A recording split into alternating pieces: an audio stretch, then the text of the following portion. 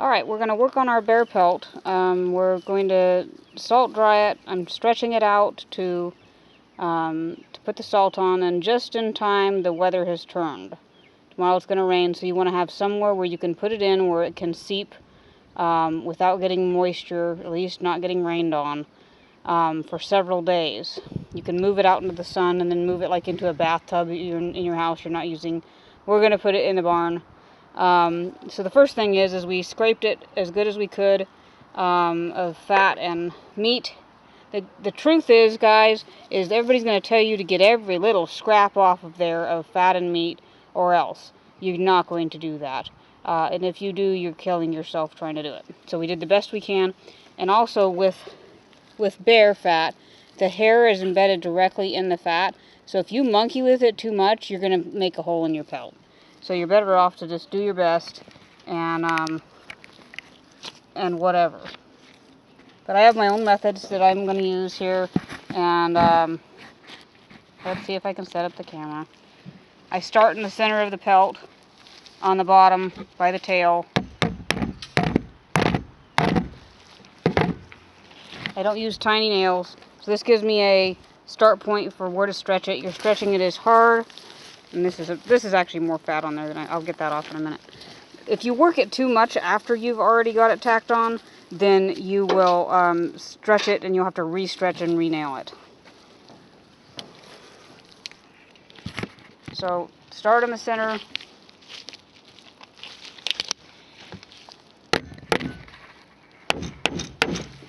Next nail. Here's your feet. Turn them inside out for now. I'm putting this on an old pallet. She will bend around corners, this bear will. So bend her around the corner, because unless you have a full sheet of plywood, you probably do not have a board big enough for a bear. And even then, it's not, because this is actually pretty well a sheet of plywood. So you're starting at the bottom, working your way up one side, stretching as hard as you can over. As you can see, I don't use teeny tiny nails either. And I like to use rotten pallets.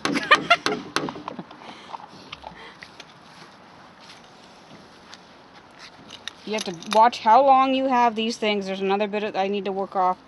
How long you have these things in the refrigerator, because we are already on the border here, so you need to make sure you get it done in a few days. And if you don't, then you're going to start to get odor and rot. So today was probably the last day for working this pelt before you ended up with damage.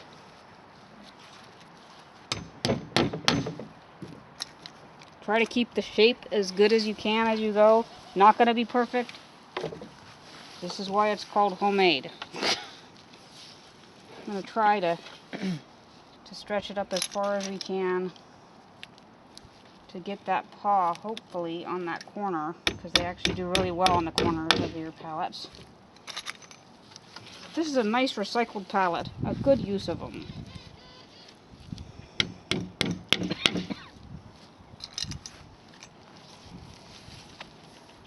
I'm not going to quite make it, but just turn the hand as much as you can here without damaging it, because you want those knuckle areas to be, and make sure one more time, as we spoke of when we removed the hands, that you only have one toe in there, one end of the toe where the claw is attached directly.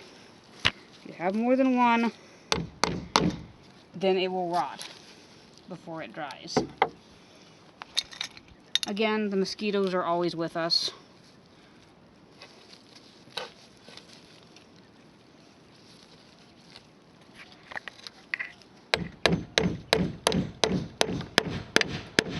I'm going to tack it in hard enough that it's not going to pull loose. We might have to jump over. Don't be afraid to reattach. We're going to leave that and go to the other side. This way we can jury rig it how we need it. because once you get to the top, you're at the top, and you need to move things around to where it'll fit on your board. You can always go around the corners and around the back, and that's fine. Does not hurt the pelt at all.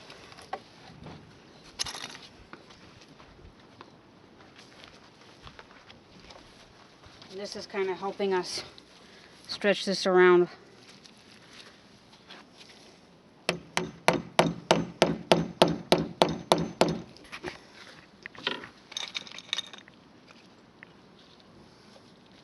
These are not going to be perfect. They're not going to be like the store, but they're impressive.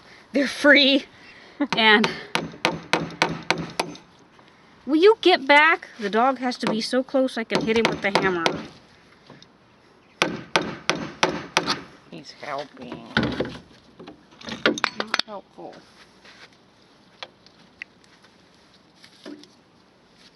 Again, we're wearing gloves. If you have any kind of an injury that you don't want bear juice in.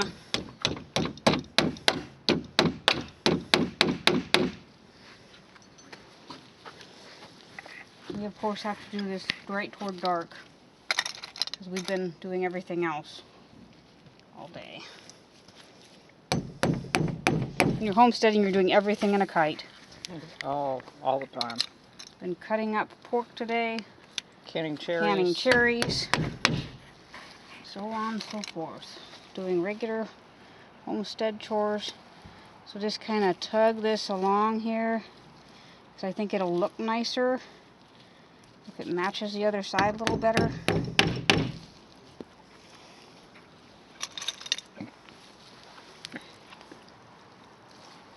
She's been all cooped up in the refrigerator. Now she's coming out to stretch out. If there was any sun, which there isn't because it's almost dark, once you get done with this, do not place it in the direct sun. This is a very oily animal. If you place it in the direct sun, it will increase the oil content and it will ruin your pelt. Put it somewhere in the shade. And you don't want it to dry too fast. That is not an issue since the weather's turned here. If it dries too fast, it won't absorb the salt. These are tips I'm telling you now because I'll probably forget in a minute. Any large holes like this you can mend by kind of putting a nail on either side and kind of squooshing it together, and then that you won't be able to see that later. You're not going to really see it anyway because she's got so much hair.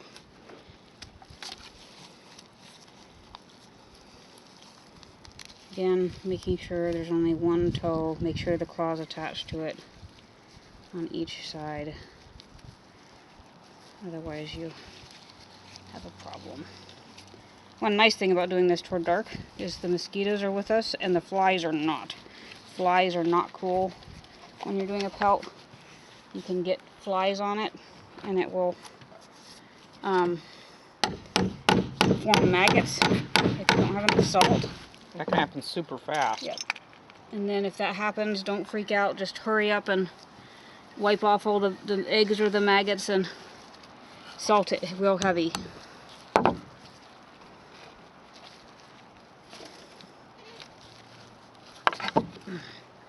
Don't want to put nails on the drive for the hay man. Now personally, I reuse my nails for my pelts, but after I use them for a bear, I check them. Just because my other nails are for animals that have pelts that may be used for consumption and treats. And you don't want to intermix it. You don't want any animal. These dark spots here are my bolt holes, and then we get another look at how we hit her. We hit her in the neck. We hit her here just in front of the shoulder. We hit her in the shoulder. We hit her behind the shoulder. This is why it went through the shoulder blade, hit the lung, and she was down. But also, it could have been the neck shot that killed her. Dad always tries to get a neck shot. On the pallets, some of the problem with the pallet is that you've got the boards bouncing. So you can get a smaller nail. I'm just using giant nails. whatever I have spare. Good use of your nails that are not so great for other projects.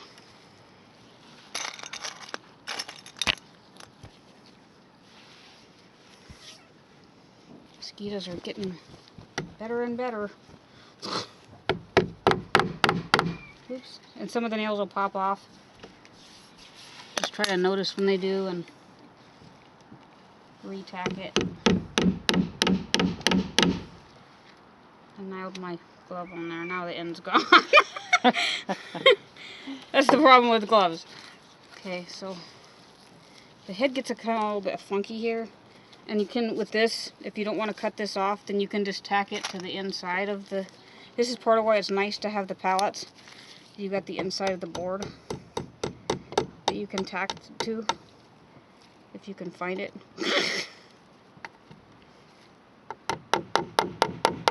Okay. Alright, now we're to the head. Hopefully you guys can see it's getting dark real quick. Now, the head takes a lot of That's her Shrek ears. Okay, we're gonna have to back off. See, this is why you want to be able to reposition. We'll fix that in a minute. You're not going to... Where's the lower lip? First, you tack the lower lip. Because it's still connected, see? How are you going to get salt under there? Well, you should salt it first, shouldn't you? Good question. And anywhere like that you're going to tack down, first, good catch. This is why I have a sister. And salt it pretty heavy.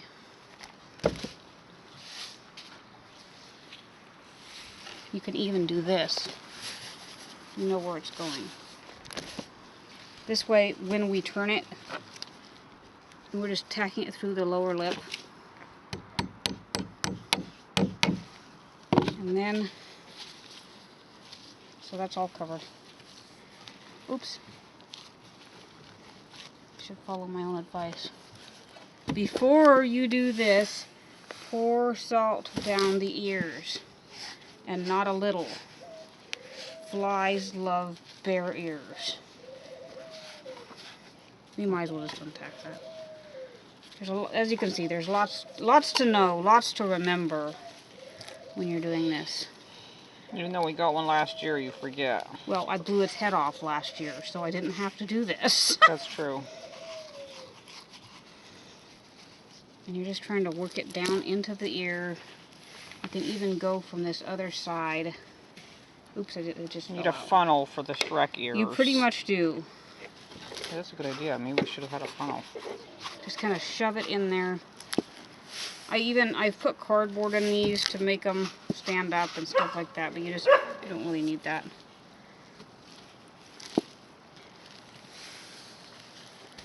Take a nail and work it in there. Really, a funnel would be good. You don't want rot. Or flies. Or flies. Just fill the ear. See how it's going in there? Fill it from That's one kind of side. like recipes that call for packed brown sugar. This is packed salt in the ears. How's the light looking on the camera? It's getting pretty punky. You can still see for now, but it hasn't got very long. Oh gosh, these mosquitoes are getting really bad. You're putting a huge amount of salt into the ear. Looks like a half a box of salt for the ears and a half a box for the rest of the bear. Seriously, you need a whole box of salt for this. Even a little there. Okay, stretch the lower lip again. She's just using table salt, but normally we have canning salt or kosher salt. Kind of tuck that around there. You're not really worried about the form of the head right now because you're going to have to turn it before it's dry anyway. Normally I would have to go around the back, but I got a really long palette. And I still ran out of room. Her lip is still over the edge.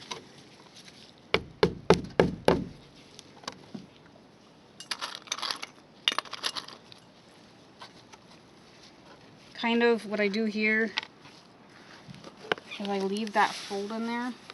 Again, just go ahead and put some salt to preserve. Anywhere where there's a wrinkle too, because flies will jump all over that. What I do with my nail. I have a nail. Okay, so what I do, very simply, is I just pin it together and kind of stretch it out as far as I can there. Oh, there's my nail. Never lose your nails when the hayman's coming. Yeah, she looks completely terrible, but this is what it takes. Like I say, this is not your final form. We'll show you working on it later. Mosquitoes are killing my sister, so I have to hurry a little faster. We're hoping to go for 20 videos on processing a bear. There is a lot. We've been working really hard. For days. So when you kill it, those who are doing it for sport, you know, it's fun to go out and find and hunt, but then there's work. Killing it's the easy part. Yep, killing's the easy part, just like anything else. It's work after the fact. Just like buying the animal is the cheap part. Then you have to put it in a pen. I nailed my glove down again. Okay, so we'll clean this up later because we don't have time. But see this like rumply things like this? You have to re-stretch the whole side. So that's not like that. But we'll just go ahead and show you, because we're losing daylight. Salt the eyeballs, really heavy, because we left quite a bit of flesh there, trying not. Salt up the nose. Actually, whoops. And okay. we need a funnel. Again, we did need a funnel. And also, too, I was supposed to have done this. Salt down the nostrils. There's always more things to remember. As much salt as it takes to get in there, that's better than having rot. Okay.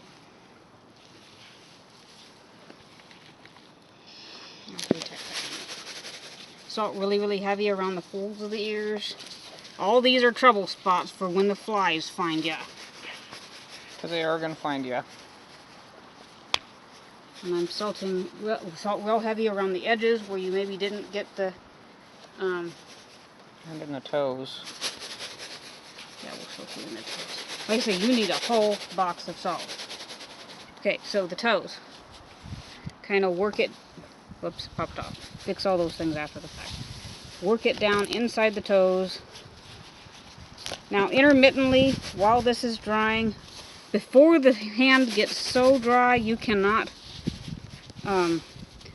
turn it. You need to turn it, re-salt it, fill the whole hand with salt when you turn it, so that you don't get any rot. And I actually used way more salt than I was supposed to. I know. We'll have to take back that other box of salt from Dad. Well, I traded Dad, and I have to trade him right back.